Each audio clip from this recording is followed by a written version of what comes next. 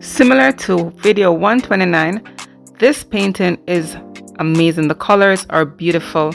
Check it out, guys. You're gonna love this one.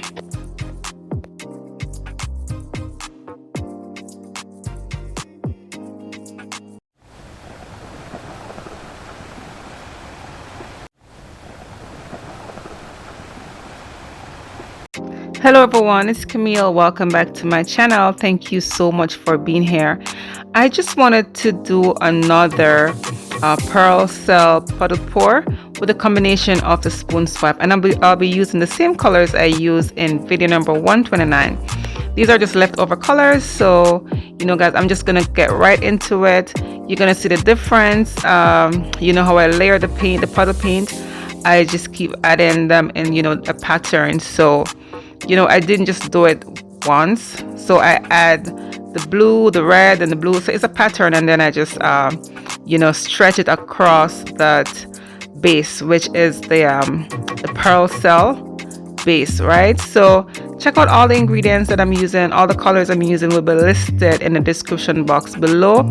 And of course, if you do like this content, go ahead and give it a thumbs up, share with your friends and family. And if you haven't subscribed yet, go ahead and hit that subscribe button. And I want to say thank you so much.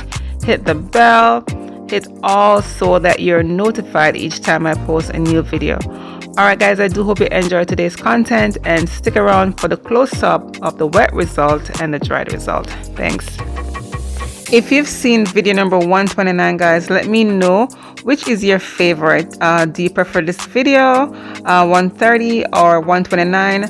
Which do you think is cuter, nicer? You know, the design, you know, whatever you like about it, guys, let me know in the comment section below. I would really appreciate it. So let me know which you prefer, video 129 or 130. Thank you so much.